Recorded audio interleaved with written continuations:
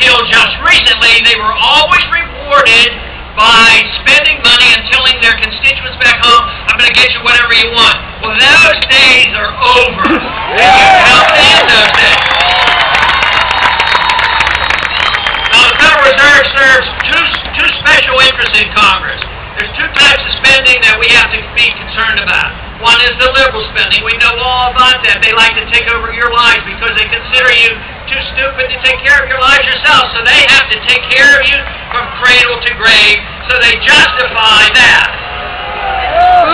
But then we do have some conservatives, at least they call themselves conservatives. A lot of times they're nothing more than neoconservatives. And they believe that we have to endlessly spend overseas, and it's time we quit this. We quit the foreign aid. We quit being the policemen of the world. Yeah! Woo! We don't need to occupy over 700 bases overseas, 135 countries, because that's how republics are destroyed. That's how empires end. For economic reasons, by stretching themselves too far overseas.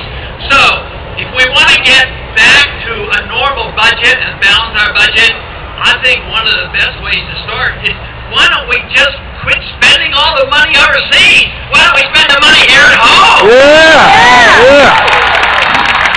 Now, what could we do to save some money? I think it's time we should ask the question, how long do we have to stay in Korea? We've been there 60 years. I think it's time to go home from Korea. And we've been in Europe, we've been in Japan, and we're looking for a new fight every single day. So it's really time that we have a foreign policy that was demonstrated and preached to us by our founders. That is, get along with people, be friends with people, trade with people, but mind our own business. Stay out of the internal affairs of other nations and have a strong national defense. That's what we need. And we don't need to endorse this system where the president decides when to go to war. War under the Constitution should only be taken upon ourselves when the war is declared by the Congress, not the president.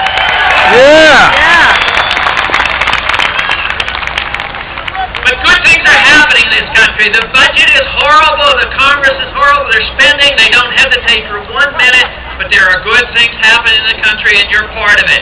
People have finally awakened. They have finally found out that if they speak out, maybe they will have some influence. Washington has not responded to the people because the people basically have been quiet, and the ones who made noise were the lobbyists. They came with their hands out. They wanted stuff. Well, it's all ending because even those who are supposed to be receiving the stuff at your expense, they're realizing it's not going to last much longer.